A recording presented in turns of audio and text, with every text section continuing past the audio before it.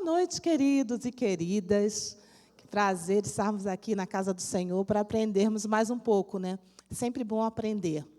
Nós nunca sabemos tudo, nunca damos conta de tudo, embora a gente hoje tenha o Senhor Google, que nos ajude muito, né? Nos oriente em algumas coisas. Às vezes a gente erra muito porque a gente pesquisa tudo e fica preocupado além da conta, mas aprender é sempre uma coisa muito boa e nós estamos aqui para continuar aprendendo. O tema que está proposto para hoje é Você Vale Muito. Há um propósito para a sua vida. Queria que você virasse para a pessoa do seu lado e você dissesse isso para ela. Você vale muito. Há um propósito de Deus na sua vida. Amém? Cada um de nós valemos muito para o Senhor. Cada um de nós temos algo de especial. O Senhor nos formou lá desde o ventre. O Senhor foi cuidando de todos os detalhes. O Senhor ama a vida. Por causa da vida que Ele ama, Ele entregou o único filho dele para morrer em nosso lugar. Para que Ele assumisse todo o pecado, toda a dor, toda a morte, toda a deficiência que existe no mundo. Ele resumiu tudo isso no filho dele. Morra no lugar dessas pessoas. E o inimigo das nossas almas, ele faz completamente o contrário.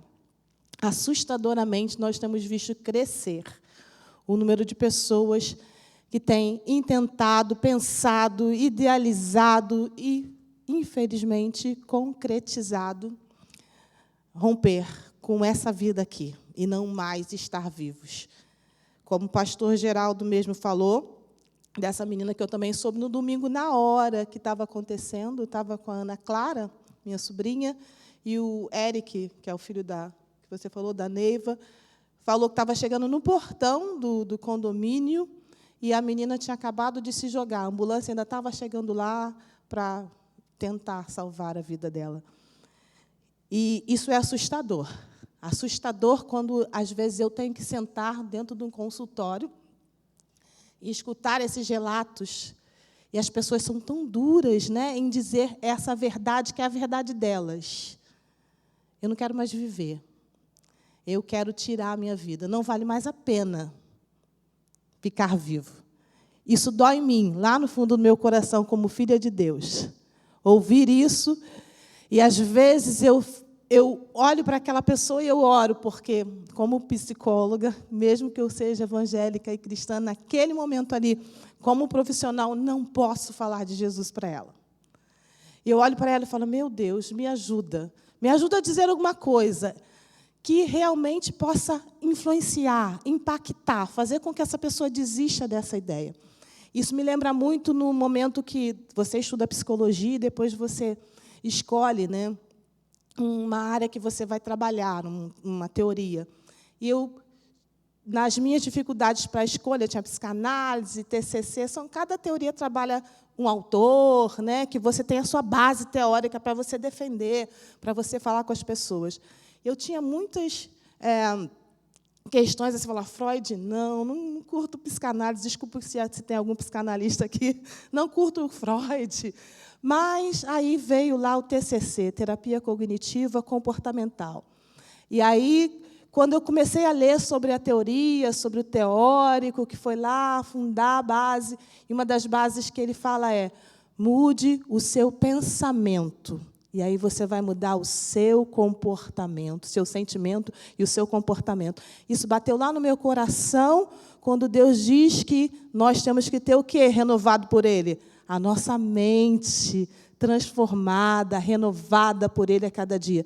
Cada vez que eu estou diante de uma pessoa e que essa pessoa me fala do desejo de morte que ela sente, das vezes que ela já tentou o suicídio, isso me vem à mente, fala, Senhor, a mente dessa pessoa tem que ser transformada em Ti, mas eu posso ser usada aqui como instrumento também para ajudá-la a enxergar. E por que eu pedi para que você falasse para a pessoa que está do seu lado que você vale muito? A pessoa que tem essa ideação suicida, ela vale muito para Deus. Mas nós que estamos aqui valemos muito também. Só que, às vezes, nós não enxergamos isso. E nós vivemos preocupados com as nossas casas, com aquilo que a gente deseja, com os nossos filhos, com os nossos trabalhos. E Jesus nos chamou para amar vidas, amar pessoas. E amor de envolvimento, amor de doação. A gente vai ver durante esse contexto de hoje que uma pessoa que ela tem ideação suicida e que ela pensa em cometer o suicídio, ela precisa ser amada de verdade. Ela precisa de apoio, de rede de apoio, de pessoas que queiram estar com ela, que queiram atender o telefone na hora que ela liga. Ela precisa de alguém lá do outro lado da linha para que fale, eu estou aqui, vou conversar com você, vou te dar apoio, vou te dar atenção nesse momento. Nós somos os filhos de Deus. Nós, através do Espírito Santo, a palavra nos diz que nós receberemos o quê? Poder. Eu lembro que, não sei se eu já disse aqui, mas eu lembro muito bem de uma professora que eu tinha na faculdade que ela era completamente ateu, ela não acreditava em Deus. Era muito soberba, sabe? Uma pessoa assim, bem difícil de lidar. E um dia ela estava falando que ela morava na Zona Sul, né? E ela falando, não, eu vim olhando pelas ruas e aqui eu percebi muitas igrejas. Uma igreja do lado da outra, uma igreja de frente para a outra. Nossa, mas tem muita igreja, né? Igreja é demais. Aí, do nada, ela parou e falou assim, se esses crentes soubessem o poder que eles têm. Aí ela calou a boca e continuou dando a aula dela. Eu falei, Deus, o Senhor usou a mula agora. Nesse momento, o Senhor acabou de fazer isso. Uma pessoa completamente sem o conhecimento de Deus não crê, mas olha a visão que ela tem de nós, que às vezes nós não temos. Se nós soubéssemos a força que nós temos. Através de Deus que opera em nós, não é de nós. Do Deus que opera em nós. Nós faríamos muitas coisas. Eu quero ler com vocês alguns versículos que eu separei para a gente poder entrar no tema em si. De Lucas 10, pastor Geraldo já leu. Não, pastor Geraldo deu João. Que isso, pastor? Estou te confundindo, me confundindo. Lucas 10 diz assim, 27. Ele respondeu, ame o Senhor, o seu Deus, de todo o seu coração, e de toda a sua alma, de todas as suas forças, de todo o seu entendimento, e ame o seu próximo como você ama a você mesma, ou a você mesmo. Se a gente ama ao Senhor sobre todas as coisas, e Ele diz que devemos amar ao próximo como a gente ama, será que se nós estivéssemos numa situação parecida, como é que nós gostaríamos que as pessoas reagissem? Como que nós gostaríamos que as pessoas nos ouvissem? Como que nós gostaríamos que as pessoas prestassem atenção em nós? Então, a gente precisa se colocar no lugar do outro. Empatia é necessário. E João 10 agora, sim, a intenção do ladrão é só roubar, matar e destruir. Eu vim para que tenham vida, e vida completa, disse Jesus. O inimigo veio para roubar, para matar e para destruir as vidas.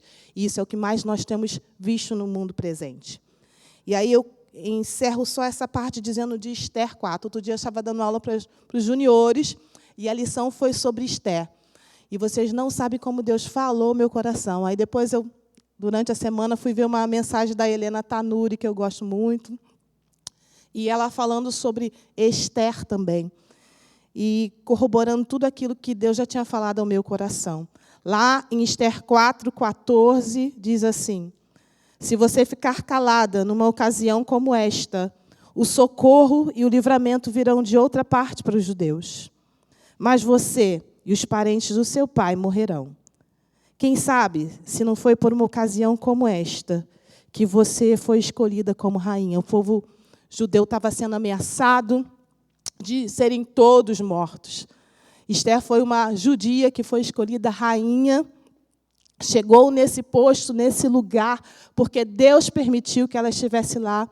Mas quando o seu primo, seu tio, né, falou que ela precisava interceder pelos judeus, Esther teve medo. Ela teve medo de chegar diante do rei, porque a Vasti já tinha desobedecido e tinha sido destituída do seu cargo de rainha, do seu posto. Esther ficou muito amedrontada e falou que não, eu não posso chegar perto do rei, eu não posso fazer nada. E aí o tio disse para ela, mas Quem sabe se é para esse tempo que você chegou aqui, que você chegou nesse lugar de rainha, é que Deus te escolheu para fazer alguma coisa pelo seu povo. E eu trago isso para a nossa realidade.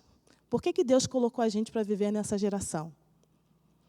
Porque a gente olha e tem a impressão que a gente está vivendo numa geração corrompida e perversa triplamente. Que toda vez que a gente vê as notícias da televisão, a gente para dar ouvidos a alguém, a gente fica chocado com tanta atrocidade, com tanta maldade, com tanta falta de misericórdia que há nos corações.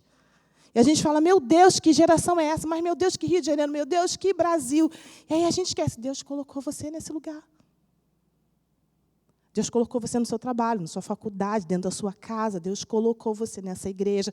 Deus tem um propósito para ter feito isso. Nós estamos inseridos nessa geração e a gente vai descobrir hoje que a gente pode fazer muito mais do que a gente tem feito. Auxiliando ações que já existem. Estar na igreja, aprender de Deus, claro que isso sempre vai fazer com que a gente cresça, com que a gente fale de Deus e isso mude a vida das pessoas. Mas também podemos mudar a vida das pessoas sendo filhos de Deus, brilhando como Ele deseja que nós brilhemos e reflitamos essa luz que Ele nos deu, sermos sal, sermos luz e permitir que Deus nos use, atendendo não só aos cristãos, mas a outras pessoas. Você vai descobrir que você não precisa ser uma pessoa formada em alguma coisa, você só precisa se voluntariar para abençoar pessoas que não têm Deus no coração. Às vezes são informações que a gente desconhece. Infelizmente, no Brasil, a gente tem muito disso. Informações que são muito interessantes, muito legais, que as pessoas menos favorecidas têm acesso quase zero. Né? Quando a gente se interessa, a gente busca na internet, procura, algum profissional informa, mas, fora disso, a gente nunca sabe de coisas que são muito importantes e que a gente pode fazer. Eu gostaria de compartilhar com vocês. Você é importante e pode salvar uma vida. Deus conta com você. E uma vez eu participei de um congresso, Summit. Não sei quem aqui já participou, pastor Geraldo. É muito bom. Às vezes eles fazem na Igreja do Recreio, já fui umas 2 ou 3 vezes. E uma vez eu ouvi um pregador que veio de fora falar, fora do Brasil, e ele estava falando que nós dividimos muito o que é secular e o que é espiritual. Ou seja, eu sou um profissional secular. Lá no meu trabalho é assim. Espiritualmente falando, é assim. Mas Deus nos fez como um todo. Lá na tua profissão, lá no teu trabalho, lá dentro da tua casa, você também é luz. E a gente divide muito os fatos e as coisas que a gente é, os papéis que a gente pode exercer na sociedade, e isso, ao invés de nos fortalecer, nos enfraquece. Então, a gente precisa entender que nós somos, onde nós estamos, nós podemos ser agentes de Deus. Porque você é quem Deus te escolheu para ser onde você estiver. Que essa noite você saia daqui com essa mentalidade, meu irmão. Você é quem Deus te escolheu para ser onde você estiver. Onde Deus plantou você, a partir da sua família. Você é o que Deus te escolheu para ser. Não é o que talvez o inimigo diga para você que você é incapaz, que você não pode, que você não tem condições, que você não tem suporte, que você não vai saber falar. O que você vai fazer? A gente tem uma vantagem incrível, que é o Espírito Santo que habita em nós. E que é Ele que vai nos capacitar. Ainda que a gente pense que a gente não saiba falar, Ele vai nos ensinar. Ele vai nos usar. Mas sabe o que Ele precisa tão somente? Que nós nos coloquemos à disposição para isso. Certo? Então, saiam daqui sabendo que vocês vão sair daqui encontrando coisas e podendo tomar atitudes para mudar a vida de alguém. Mas basta você querer se colocar nas mãos do Senhor. Amém? Vamos lá, então. Eu gostaria que o Janderson colocasse lá o nosso primeiro slide, que fala primeiro dos dados, né? Só para a gente ter uma noção do que tem acontecido. É nosso tema, você vale muito a um propósito, pode passar. Primeiro, eu já falei sobre isso, pode passar mais um pouquinho, Janderson. Isso, já falei também. Isso aí, chegou. O suicídio é considerado pelo Ministério da Saúde como um problema de saúde pública, tirando a vida de uma pessoa por hora no Brasil. Mesmo período no qual outras 3 tentaram se matar. Entendi isso. Uma pessoa por hora, 4, na verdade. Uma consegue se matar, outras 3 estão tentando se matar. A cada 1 hora, aqui no nosso país. Isso não são os dados do mundo, são os dados do nosso país. Eu quis fixar aqui.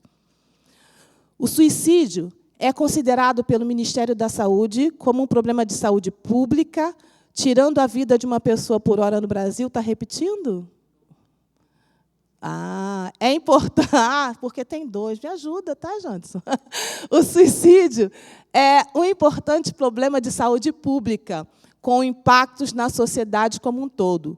Segundo dados da Organização Mundial de Saúde, OMS, todos os anos, mais pessoas morrem como resultado de suicídio do que de HIV, malária ou câncer de mama, ou guerra e homicídios.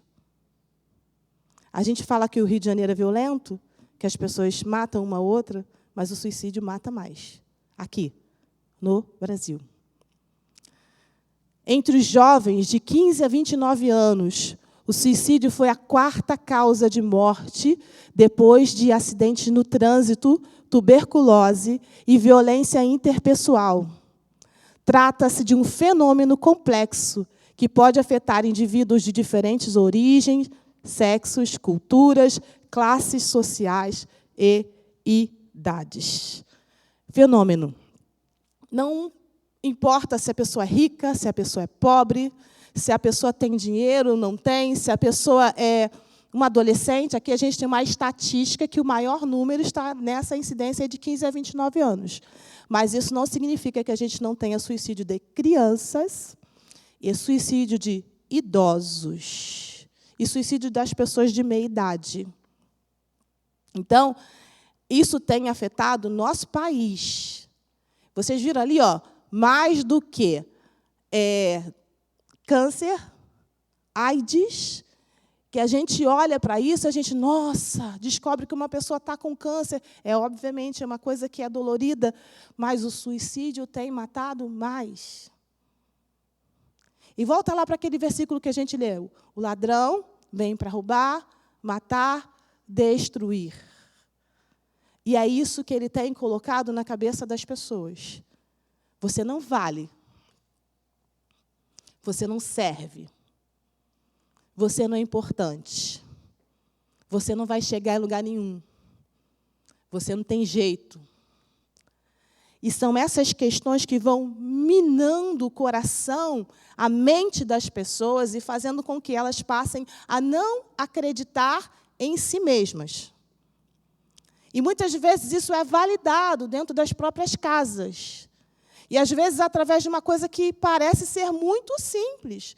Mas, às vezes, quando um pai ou uma mãe ignoram ou elas desvalorizam coisas que são importantes. Por exemplo, vou dar da Isa aqui, ministra de crianças, e o pessoal que trabalha aí nas escolas vai concordar comigo. Às vezes, um desenho que uma criança faz. É claro que a criança tem todas as fases aí, né, educadoras? Primeiro ela vai fazer as garatujas, até crescer e fazer um desenho que tem uma forma.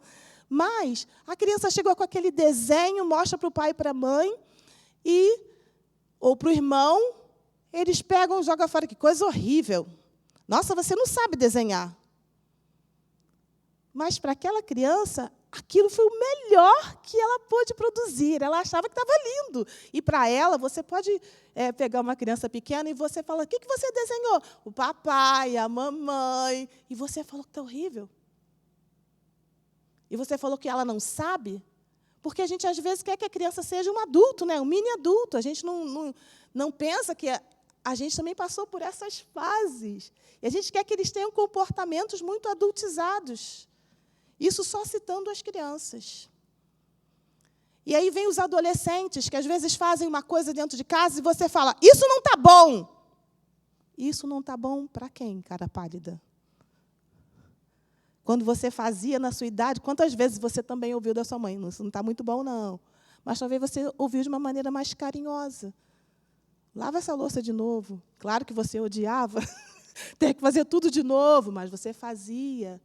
Mas a forma como nós traduzimos isso, a forma como nós fincamos essas ideias negativas sobre a própria pessoa, às vezes, sem que a gente note que a gente esteja fazendo isso no nosso dia a dia. Precisamos aprender a ter cuidado com a nossa forma de falar. Das vezes, estarmos tão contaminados por coisas, por problemas que estão acontecendo, é dívida, é dinheiro, é algum aborrecimento com alguém, que a gente explode onde?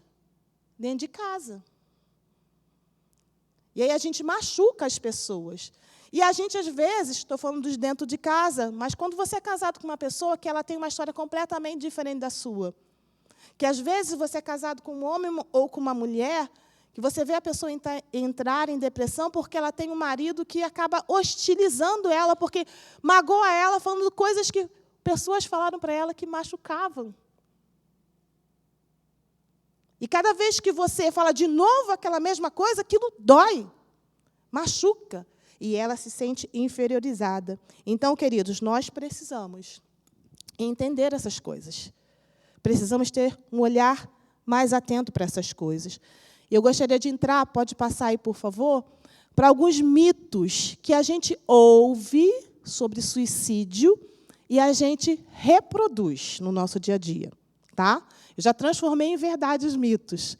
Suicídio ele é multifatorial. Fatores de risco e de proteção se acumulam ao longo do tempo e nem sempre está associado a outros casos na família. A gente ouve as pessoas dizer suicídio é hereditário. Suicídio não é hereditário. Não é porque o pai se matou que, obrigatoriamente, o filho e alguém da família vai se matar. Pode acontecer? Sim, mas isso não é uma regra. O suicídio é acúmulo de coisas que não são faladas, coisas que não são resolvidas, mágoas que são enraizadas e não são curadas. A gente fala, o tema, inclusive, da campanha do ano passado foi que falar era uma coisa muito importante. A gente incentiva, e a gente precisa incentivar desde cedo as crianças a falarem, a se defenderem, a gritarem. Nós temos uma cultura, exemplo, que eu tenho 53 anos, então, assim, na minha época, o que eu ouvia muito dos meus pais era você precisa obedecer os mais velhos. Então, qualquer pessoa mais velha que eu via na minha frente, eu achava que eu tinha que abaixar a cabeça, né, e obedecer. Hoje em dia, você pode falar isso para as crianças? Será? Lógico, a gente não vai falar você não tem que obedecer os mais velhos, mas entenda o que eu estou falando. A gente, às vezes, tem que tomar muito cuidado, porque a gente fala para uma criança obedecer o mais velho é um pedófilo. O mais velho é um abusador. E a gente está incutindo coisas que muita gente da nossa geração aqui passou e tem guardado essa mágoa no coração, nunca contou isso para ninguém, de coisas que aconteceram quando eram crianças e adolescentes. Por quê? Eu preciso obedecer os mais velhos. Não importa. O que eles estão falando, estão fazendo. Eu só preciso obedecer. Só que hoje a gente também vive essas questões, tá bom? Então, assim, a gente precisa entender que há vários fatores que podem provocar o suicídio, que é uma coisa muito complexa também. Não há uma única causa que é determinante. O suicídio pode acontecer por uma coisa que, para nós, é muito simples, mas para o outro não é. Vou usar aqui o pastor Geraldo está na minha frente. O pastor Geraldo pode ter muito medo de uma coisa que eu não tenho, ou vice-versa. Né? Eu posso sofrer muito por alguma coisa, sofrer vendo um filme, e a outra pessoa super séria ali, nada incomoda. Nós precisamos entender que somos diferentes um do outro e que a forma como eu vejo e como eu sinto é completamente diferente do outro.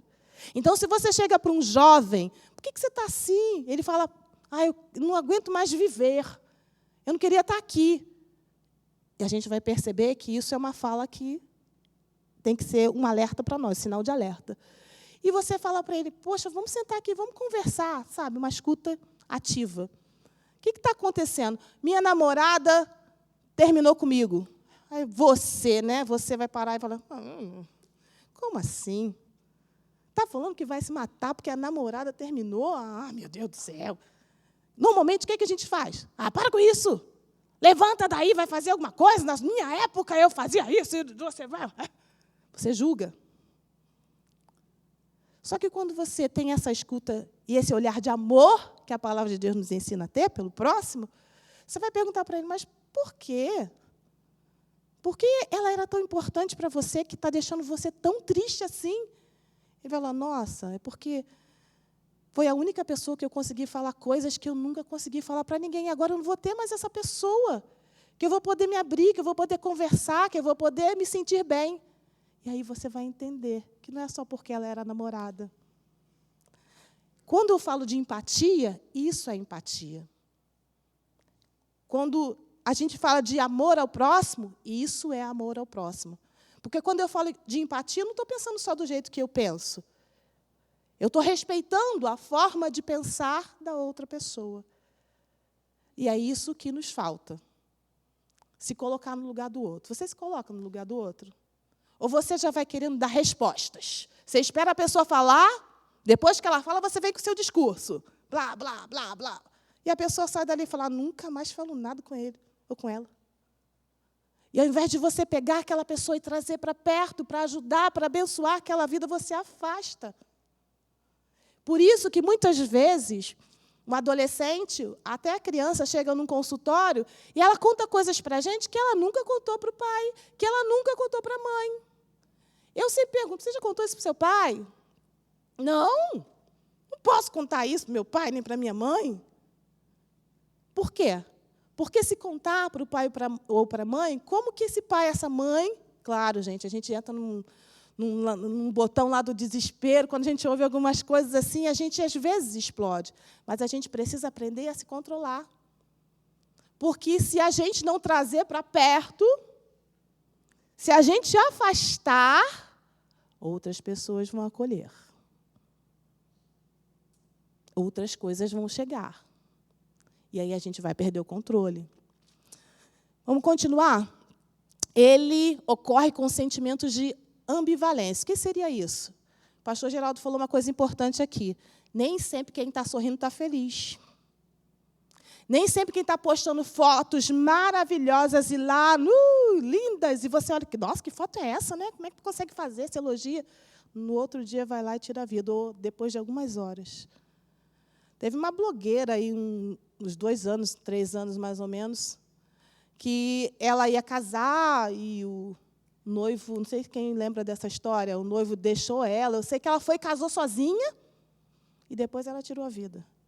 Lindo, lindo lugar, o vestido dela, aquela coisa, as fotos lindas, depois ela tirou a vida.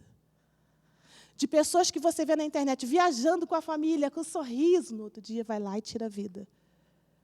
Então, o sorriso, o que você vê estampado do lado de fora de uma pessoa, não é símbolo daquilo que ela sente. As pessoas hoje, por causa desse negócio de selfie, estão disfarçando muitos sentimentos e as emoções. Então, a gente precisa entender que quem vê, mais do que nunca aquele ditado, que quem vê cara não vê coração, é uma realidade. Então, não olhe para o teu filho, para alguém que você conhece da tua família e fale, está tudo bem, ele está sorrindo. Está sorrindo? Aquilo é de verdade? Tem alguma coisa escondida? O olhar que a gente precisa ter é além desse olhar físico aqui, ó. É o olhar através do outro. Isso não é fácil, não, irmãos. Porque na correria que a vida de hoje nos impõe, a gente tem essa visão muito assim, ó. A gente fala na igreja com as pessoas de forma superficial. Boa noite, tudo bem? Tá tudo bem contigo? Tudo bem? Vai lá, irmão. Isso. Verdade ou mentira que eu estou falando? Mas dificilmente a gente para. Você não está bem hoje, não, né? Estou sentindo que você está. Vou orar por você. Quer conversar? Depois eu vou te ligar. E realmente conversar. E realmente dar voz a essa pessoa. As pessoas hoje precisam ter voz para falar. A outra questão que a gente precisa reconhecer esses sinais de alerta que a gente vai falar, e depois que a gente reconhece, oferecer apoio. E isso ajuda a prevenir o suicídio. Antigamente, as pessoas falavam que falar em suicídio era um fator que fazia com que as pessoas que ficassem com desejo de se suicidar. E, por isso, não vamos falar, vamos ficar quietos, não vamos falar sobre isso. Porque, senão, as pessoas vão despertar e vão querer se matar. Porque, senão, vão descobrir formas de se matar. Não é assim que acontece.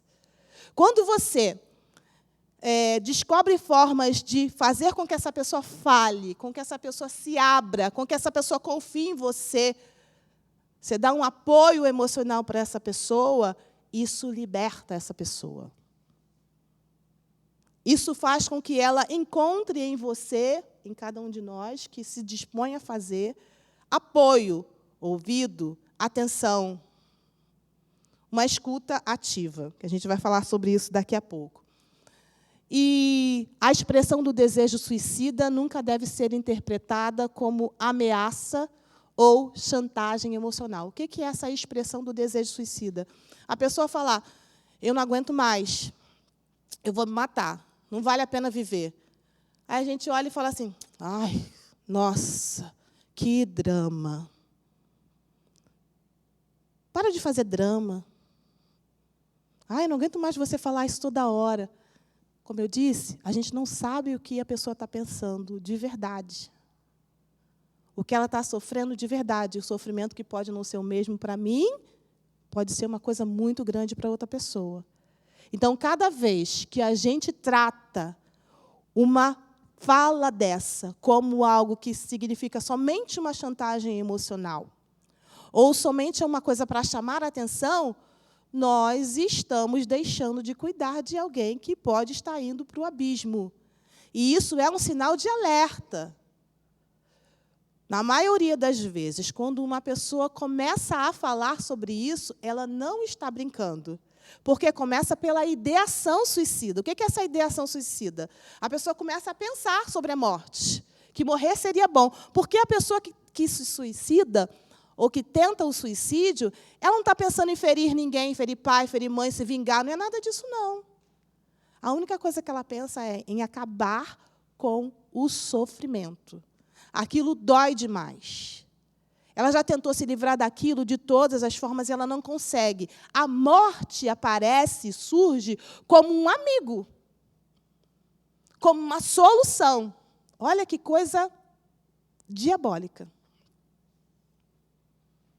A morte aparece como uma coisa boa. Todo mundo aqui, né, apesar que a gente já nasce sabendo que um dia a gente vai morrer, a gente fala assim, Senhor, vamos esperar um pouquinho, né, Senhor? Ninguém que fala que pode me levar, Senhor. A gente quer viver. Mas essas pessoas querem morrer. Elas estão fazendo uma escolha.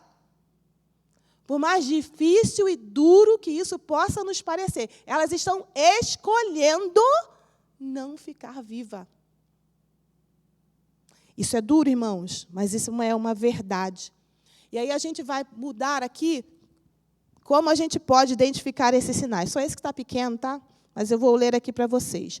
Primeiro, a gente precisa observar as mudanças do comportamento dessa pessoa. Pensamentos repetitivos, dizer que a vida está sem sentido, sem propósito. A pessoa que não tem sonhos, que ela está vivendo por viver, que ela não quer mais pentear o cabelo. Sabe a depressão? Que a pessoa não quer sair de casa, a pessoa não quer ver ninguém, a pessoa não acha graça em nada. Aí você fala, outras coisas a gente vai ver aqui, aí você fala coisas para ela que não ajudam. Pelo contrário, só atrapalham. Mudança de rotina, deixar de fazer coisas que ela tem prazer de fazer. Gostava de jogar futebol, de repente você vê aquela pessoa, todo mundo, vamos, fulano, para o futebol. Ai, não estou com vontade, não. Tudo bem, um dia, vai que você não esteja com vontade, você não querer fazer alguma coisa que você gosta. Mas quando isso, no outro dia também, no outro também, no outro também, no outro também, no outro também. E a pessoa muda essa rotina de coisas que ela teria prazer de fazer, que ela gosta de fazer, é um sinal de alerta. E uma outra coisa que não parece, mas é um sinal de alerta, que é muito importante falar, é a felicidade súbita. Sabe quando uma pessoa está bem deprimida, e aí, de repente, do nada, ela fica boa. Ela fala que ela não precisa tomar remédio. Eu vou parar de tomar remédio, estou curada, não preciso. E ela vai na casa das pessoas, ela liga para todo mundo. Ela tem uma felicidade assim, ó, que vai do 0 ao 100 na velocidade luz. Essa felicidade súbita, depois de um momento que está muito mal, é porque ela já decidiu encerrar a sua vida.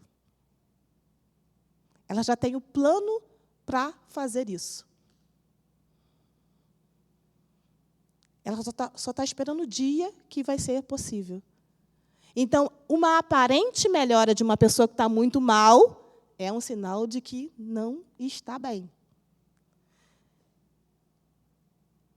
E aí a gente precisa entender quais são esses sinais. Pode mudar para mim. Quadros depressivos recorrentes. A pessoa está sempre deprimida, fica boa, daqui a pouco ela volta de novo.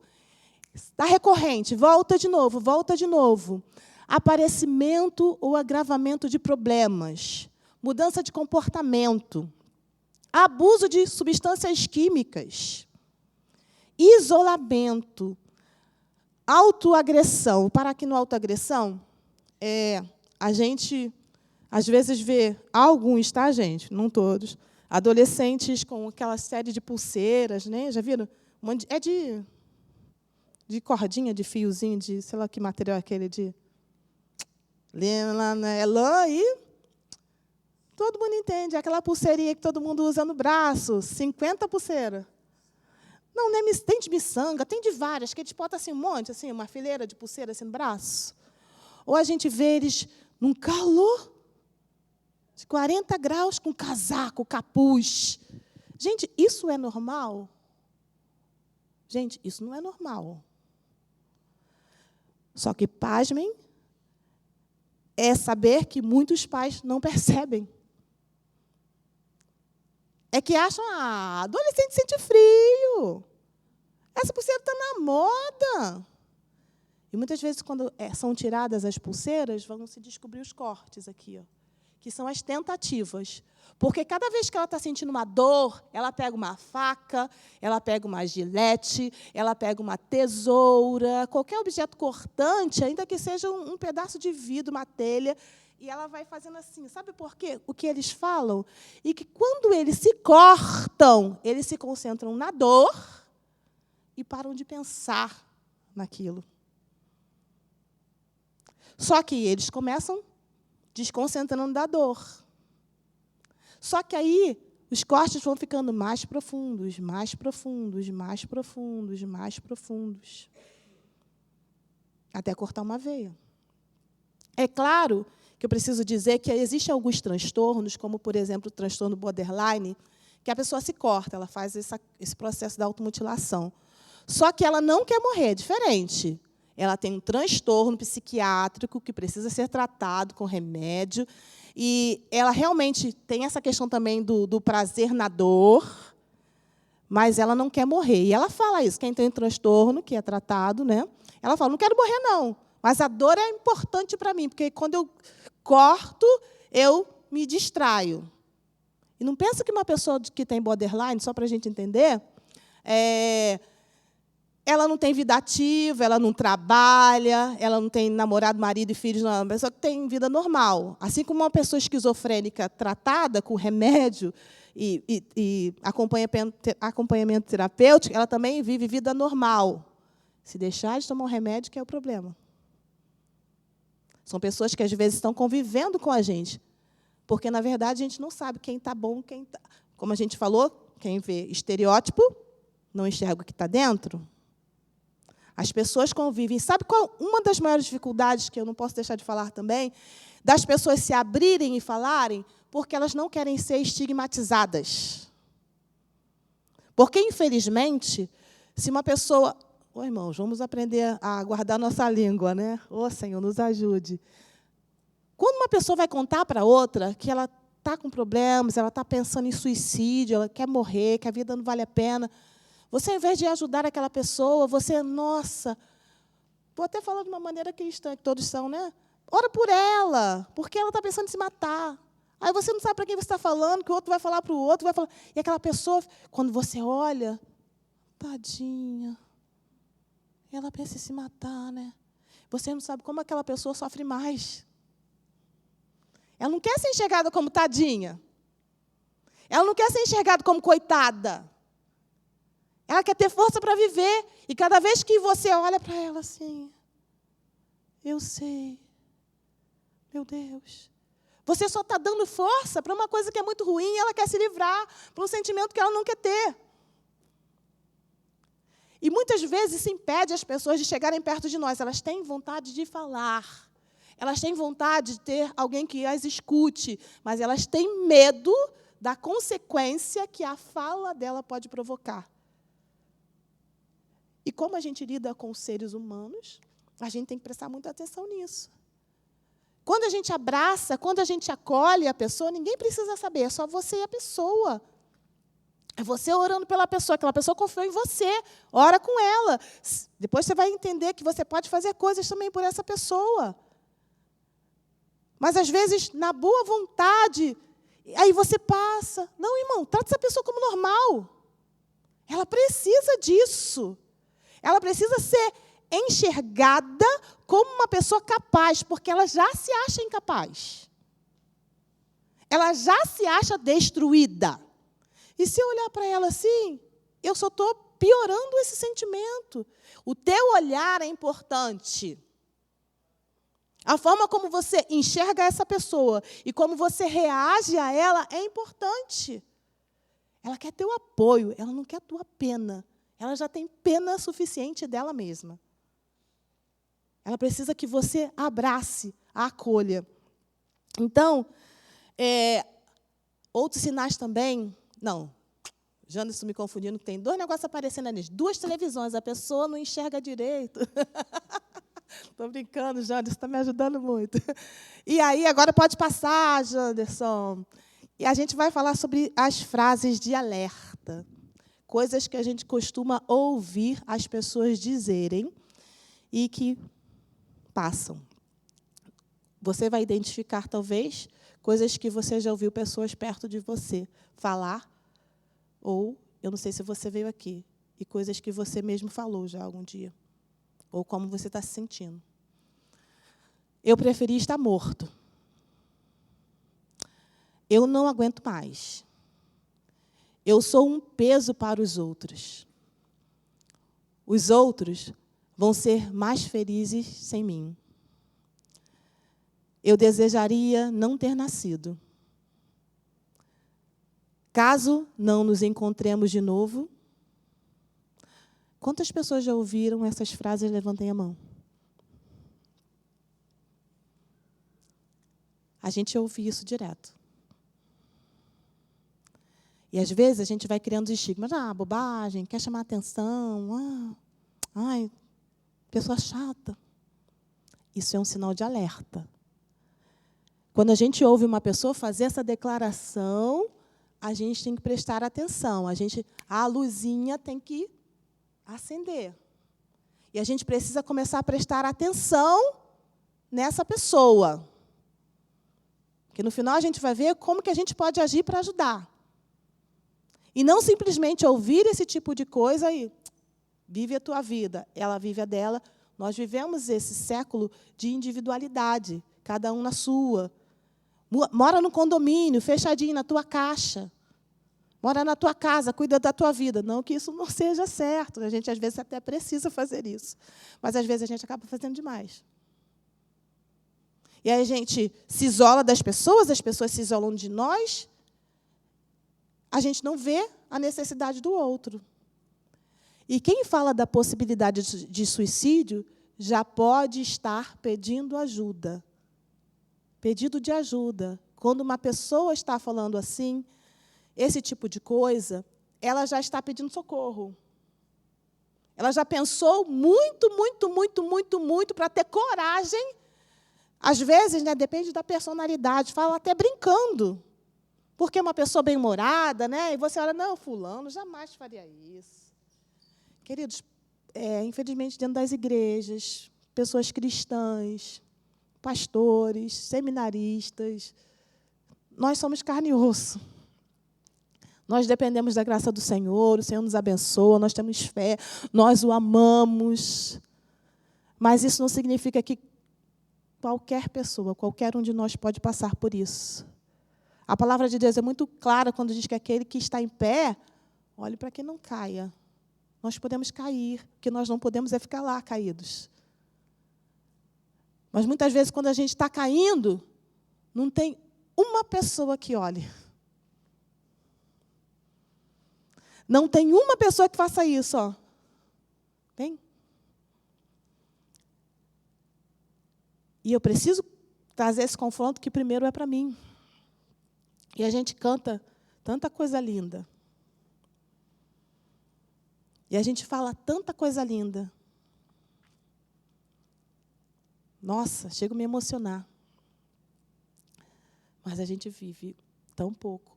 A gente faz tão pouco. A gente se importa tão pouco. A gente se envolve com pessoas tão pouco.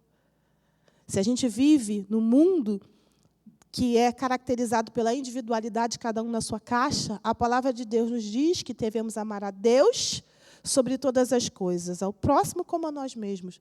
E onde está esse amor ao próximo? Onde está sendo evidenciado isso na minha vida? Se as pessoas ao meu redor estão mortas por dentro. Em que lugar esse amor de Deus vivendo em nós, não sou mais eu, mas Cristo vive em minha vida, que agora vivo na fé. Onde está isso que a gente crê, que a gente fala e que a gente precisa viver? E aí, pode passar, por favor? A gente precisa tomar cuidado para não dizer algumas coisas quando a gente ouve esse tipo de frase. Pode passar, Janderson? A gente costuma ouvir algumas pessoas dizerem: quem fala, não faz. Ah, se está falando que vai se matar, provavelmente não vai. É só dar a boca para fora. Mentira. Quem fala vai fazer, sim. Vai tentar, sim. Está pensando, sim. Depressão é falta de Deus. Irmão, não acredito. Você está na igreja, você vem todo dia na escola dominical, seu marido é crente, quantos anos que você já se batizou? Você não tem Deus no coração, não?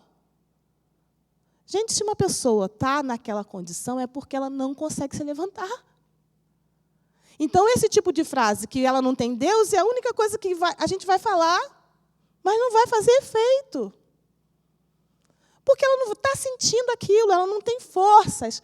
Quem já passou por depressão aqui, se não quisesse se manifestar para não se sentir constrangido, tudo bem. Quem já passou por alguma questão de depressão aqui, levanta a mão. É fácil sair do quarto? É fácil querer tomar banho? Pentear o cabelo? Não é, gente. E não é você falar para ela que você não tem Deus no coração que vai fazer ela, meu Deus. Não é. Ela vai se sentir pior.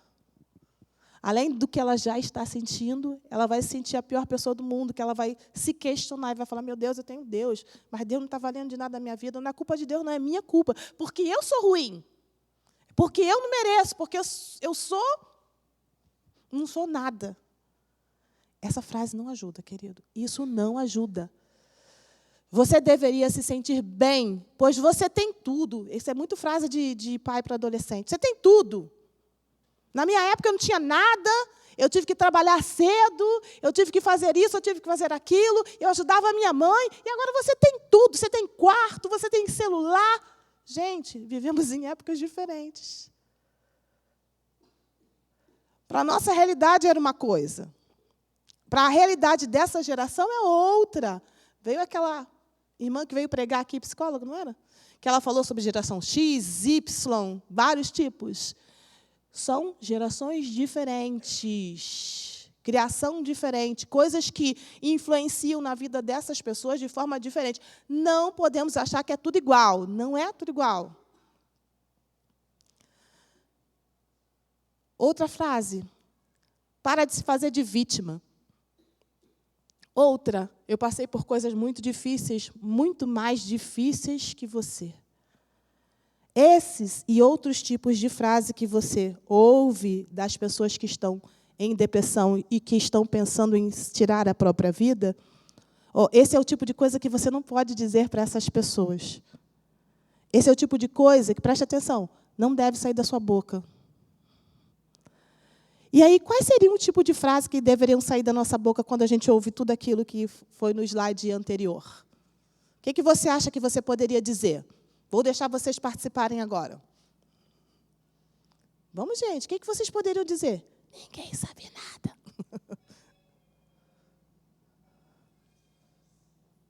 Não? Ninguém quer arriscar? A pessoa chega para você e fala, a vida não tem mais sentido para mim.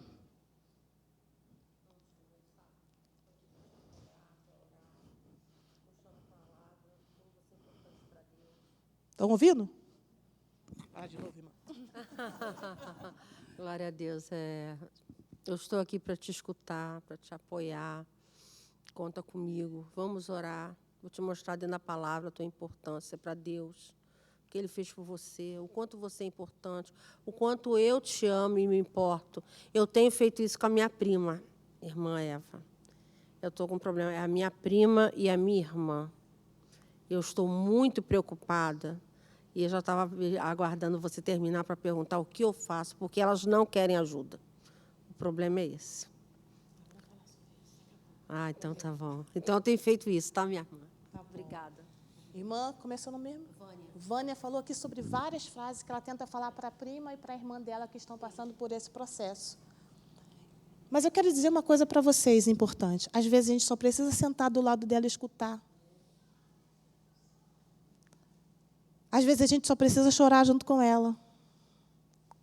A gente precisa fazer... A gente tem essa questão muito, né, com a gente que é crente, então...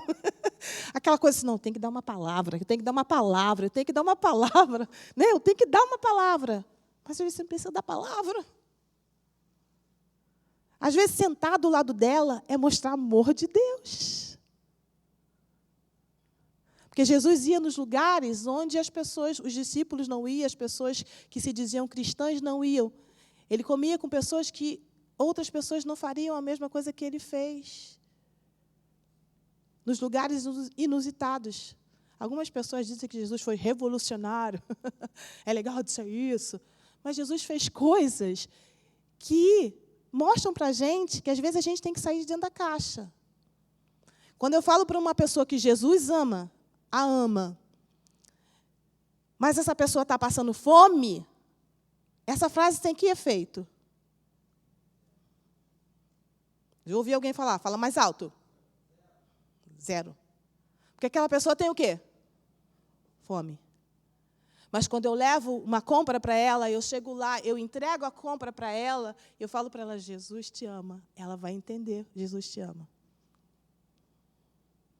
Porque eu vou além só da frase, só da coisa bonita. Né? Eu vou com gesto. Jesus era muito assim, ele não ia só com... Ele ia, ele se entregava. Ele fazia o melhor. Ele usava o que ele estava vendo, né, as parábolas, para trazer a pessoa à realidade. Nós precisamos ser parecidos com ele. Nos tornarmos semelhantes a ele. Pegar os exemplos dele e tornar isso real na nossa vida. Então, às vezes, nos basta simplesmente sentar do lado e ficar ali. Porque, irmãos, tem horas que a gente não sabe o que falar, gente. Vocês sabem que eu enfrento isso no consultório, às vezes? De verdade. Com tudo que a gente aprende. Às vezes, uma pessoa chega tão pesada, tão carregada, tão... Nossa, que aquela pessoa fala... Já aconteceu comigo, estou confessando aqui para você, que eu olho assim e falo, Deus, e agora? O que eu faço? O que eu falo? E eu fico ali em oração. E eu deixo a pessoa falar. Vocês sabem que em alguns momentos, ainda como uma profissional, eu falo pouquíssimas frases. E a pessoa sai de lá falando assim, depois de ter escutado ela muito, deixa ela falar. Nossa, muito obrigado, você me ajudou muito. E eu falo, não falei quase nada, Jesus. Mas ela precisava falar. E a Bíblia diz até que a gente tem que ouvir mais do que falar. Falar menos, ouvir mais. Falar é prata, ouvir é ouro. Tem um texto bíblico assim, não tem, pastores? Tem? Tem? Tem sim, gente, me ajuda. A gente gosta de falar. A gente gosta de ter respostas. A gente, às vezes, não tem, não. Mas presença, apoio, estar ali é importante. Pode passar, por favor? Já estamos indo para o final. Onde procurar ajuda? Vocês estão vendo ali o CVV, né? Como vai você? E ali está, embaixo, nos quadradinhos vermelho, lilás, amarelo e azul, está escrito chat, ligue 188, e-mail e endereço. O que é o Centro de Valorização à Vida? O Centro de Valorização à Vida existe há 60 anos no Brasil. E é o Centro de Valorização à Vida que criou o Setembro Amarelo, que tem menos tempo agora, é novo, a campanha do Setembro Amarelo. Exclusivamente sobre o suicídio, que no dia 10 de setembro é o dia do combate, mas o mês todo é as ações de políticas públicas, né, para falar sobre o suicídio, tratar sobre isso. O CVV é um órgão que, durante 24 horas, através desse telefone 188, ficam pessoas disponíveis para falar com quem está em crise, com quem está tentando tirar a vida, com quem está com crise de ansiedade. Quantos já tinham ouvido falar sobre o CVV? Levanta a mão. E sabe de uma coisa bem legal do CVV? Do Centro de Valorização à Vida? Vou ler aqui para a gente entender. Realiza apoio emocional e prevenção do suicídio, atendendo voluntariamente, gratuitamente, todas as pessoas que querem e precisam conversar sobre total sigilo por telefone, e-mail e chat, 24 horas, todos os dias. Todos os dias. E sabe que é uma coisa bem legal que a gente vai falar? Eles oferecem cursos e treinamentos, que eu vou falar que vai ter em outubro agora, online, que qualquer pessoa que tenha acima de 18 anos pode se oferecer voluntariamente para fazer esse curso de capacitação, para quando uma pessoa estiver em crise, ligar e você conversar. Quando eu disse que a forma da gente, da luz brilhar, não é só debaixo do alqueire, para a luz brilhar no alto, nós podemos fazer, irmãos. Vocês imaginam se vocês, claro que estando bem para fazer isso, que isso não te afete, mas que você consiga, através da palavra, o suporte emocional que você tem, espiritual aqui, sentir firme para fazer. Quando uma pessoa ligar e você ir falando com ela, você vai receber um treinamento gratuito para ajudar as pessoas. Irmãos, eu quero só trazer para dentro da nossa realidade de igreja. Aqui, quantos membros a gente tem, pastor Geraldo? 800, 900, 1.000 membros que a gente tem, né? Os que entram aqui, saem, 1.000 membros. Se só 500,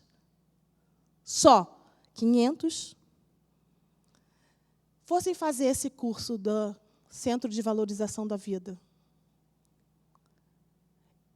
essas pessoas estariam ou estarão ou não atendendo o ID de Jesus? Porque quando ele fala de fazer discípulos, o que ele fala? Indo por onde você estiver. Você pode.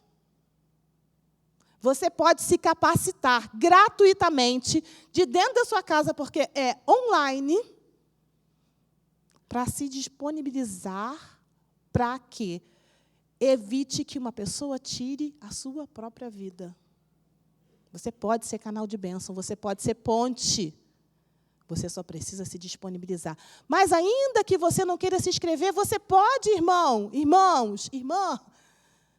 fazer o curso para abençoar as pessoas aqui dentro da igreja. Você vai aprender a ter um olhar diferente. Você vai aprender a identificar as pessoas. Você vai saber o que falar para as pessoas que estão aqui dentro da igreja. Se a gente fizer só isso, nossa, a gente está fazendo uma coisa tremenda. Você, como professora, já imaginou que você pode identificar seus alunos na escola? As mães dos seus alunos? Como eu disse, às vezes as coisas vêm a nós e a gente não tem acesso. Quantas pessoas sabiam do curso gratuito que o Centro de Valorização à Vida dá, que você poderia ser um voluntário, que você pode atender o telefone para ajudar alguém? Quem sabia disso, levanta a mão. Ninguém. Algumas pessoas sabiam do 188, né? Que você pode ligar e alguém vai te atender e vai te acalmar naquele momento. É um telefone com acesso 24 horas. Às vezes não tem o pai perto, a mãe perto, alguém perto para ajudar, mas é uma pessoa que vai dar um suporte. Entre uma pessoa que quer tirar a vida, qualquer pessoa que for te atender do outro lado da linha para te ouvir e para te acalmar, liga 188, melhor. Do que a pessoa ficar ali sozinha, sem suporte nenhum, e acabar tirando a vida. Então, assim, queridos, de graça, tá? Centro de Valorização à Vida, eles têm postos aqui no Rio de Janeiro, em Nova Iguaçu, e tem no centro do Rio de Janeiro, onde você também pode se oferecer para ir até lá fazer esse tipo de trabalho. Ou você vai fazer online, vai se disponibilizar. Eles, quando você entra no site não, esse é um blog, tá? A gente costuma falar site. Esse é um blog, que tem o blog e eles têm também Instagram. São duas coisas que eles têm, blog e Instagram. Então, esse blog, você entra lá no menu e você vê todas as informações, como é que você se inscreve, onde é que vai ter o curso, qual é a data, tudo bem definido. Tem lá, inscreva-se. Aperta um botão. Só isso. Para fazer um curso, para você saber como é que você pode ajudar. Último nosso slide aí, me ajuda, Janderson. E o que a gente pode fazer? A irmã nos perguntou aqui uma coisa que a gente pode fazer. O que a gente tem que fazer? Se essa situação chega até nós, o que a gente deve e o que a gente pode fazer? A gente pode ter uma coisa que a gente chama de escuta ativa. O que é essa escuta ativa? Até já brinquei um pouco aqui, falando de... Não é escutar de qualquer jeito. Ah, depois a gente se fala. Tudo bem, não é isso. É o olhar de empatia, é o envolvimento. O ato da escuta deve ocorrer de forma profunda, com a compreensão da situação e do sentimento que a pessoa está vivendo. A nossa escuta precisa ser para além daquilo que a pessoa quer dizer. Lembra que eu dei o exemplo lá do namorado que tinha terminado? Não é só porque terminou com o namorado, tem um motivo mais profundo. Que a gente só vai descobrir se a gente se importar e se a gente se colocar ali. É importante a gente saber que a gente pode se oferecer para escutar uma pessoa que do outro lado está querendo tirar a vida. Eu separei um trecho aqui para a gente ler, para eu ler para vocês. Um dos caminhos para o apoio é ajudar a pessoa a ter menos isolamento e mais esperança na possibilidade de mudança e também reassumir o controle sobre isso. A partir daí, não podemos consertar, não podemos mudar. O que a gente pode fazer é unicamente escutar e ajudar com essa esperança. Se fizermos isso, teremos cumprido com o nosso trabalho. Escutar. Você se dispõe a escutar alguém? Eu quero só fazer uma pergunta básica, para a gente refletir. Você está escutando as pessoas dentro da sua própria casa? E aí, vou mais além. Você está se escutando? Porque, às vezes, nós estamos doentes. Porque, às vezes, a gente quer ajudar a outra pessoa, mas é a gente que está precisando de ajuda. A gente tem vergonha de pedir. A gente tem receio do que vão pensar. Estudos que têm sido feitos aí têm falado de várias questões que têm surgido, como a síndrome de burnout, que é um transtorno, na verdade, que tem acontecido com pastores, policiais, professores, gente que trabalha com gente. Gente, a maioria da população. Você teve? Já ouviu alguém que já teve essa síndrome? Você já teve? Trabalha em hospital. Você também? Professora.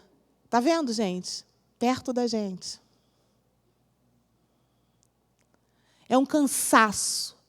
É a vontade de não querer mais. Uma coisa que você amava tanto, que você gostava tanto, você tinha tanto prazer, você chora cada vez que você levanta da sua cama para ir para a escola. Eu já cuidei de professoras, de pastores, de familiares com esse tipo de síndrome. Não é uma coisa fácil.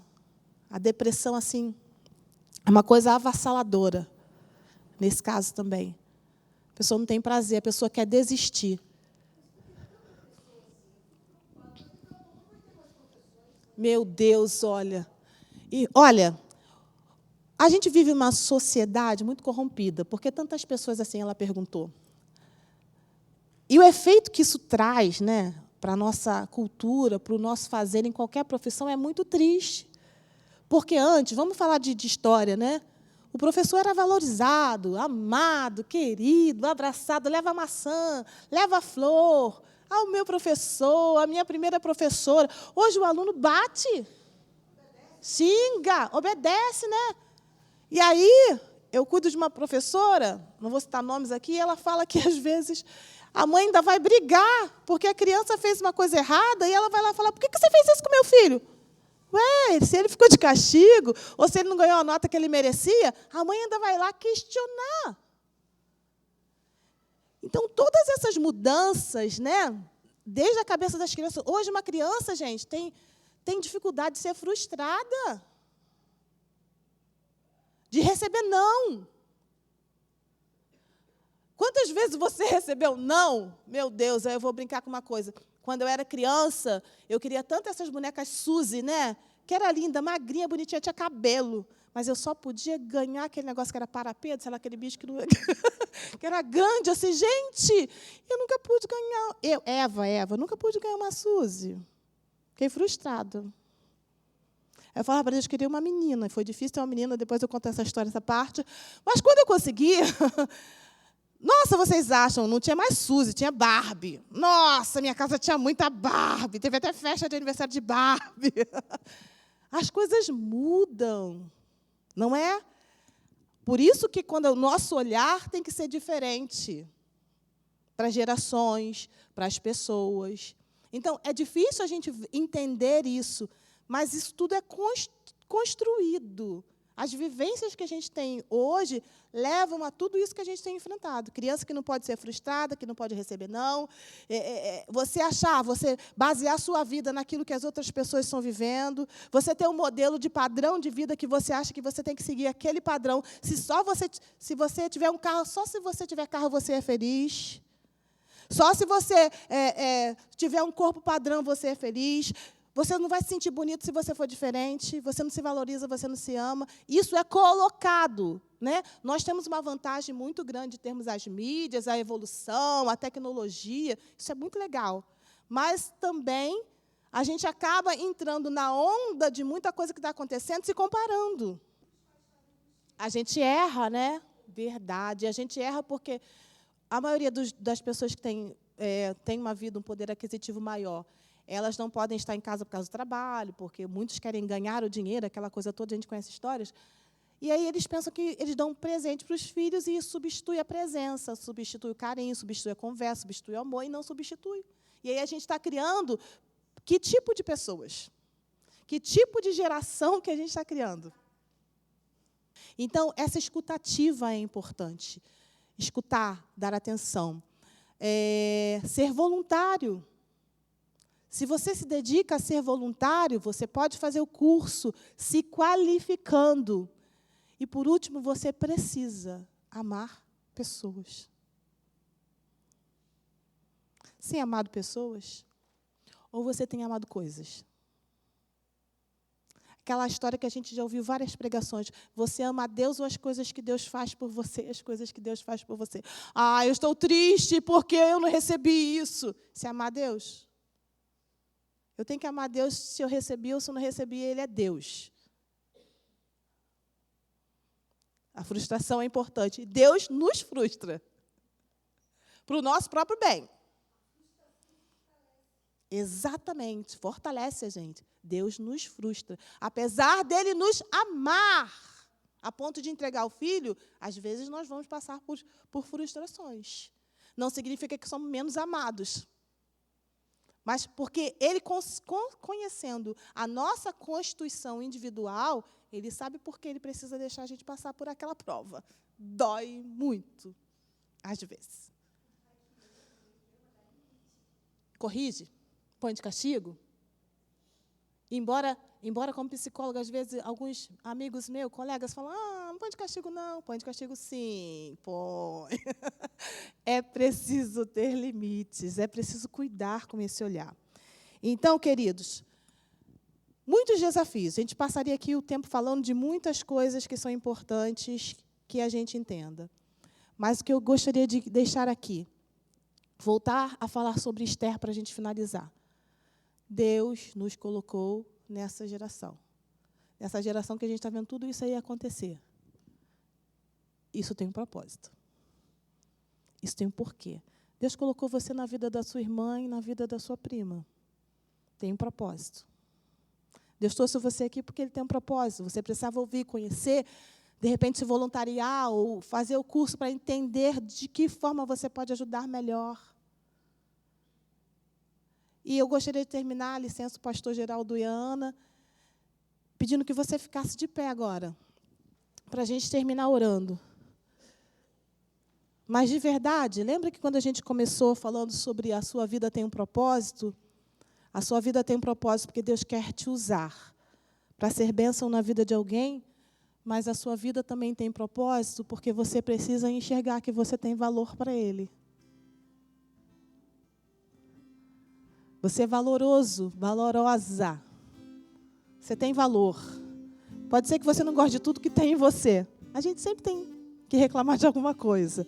Mas, ainda assim, o valor que Deus te dá através do Espírito Santo dele é tremendo. Então, nós vamos terminar cantando esse cântico. Eu quero que valorize o que você tem. Você é um ser, você é alguém muito importante para Deus. E se você está sofrendo angústia, se você está sentindo dor, creia, Deus não vê você como eu vejo, mas Ele te vê como você realmente é. Coloca a sua vida diante dEle, seu coração diante dEle. Peça que Ele te ajude a ter coragem de procurar ajuda. Não é vergonha procurar ajuda, não é vergonha tomar remédio, não é coisa de maluco. Você não está ficando louca ou louco. Você apenas está passando por um momento difícil que precisa de ajuda. Peça. Ou Deus colocou uma pessoa que você conhece que precisa de ajuda. Ajude, seja instrumento de Deus.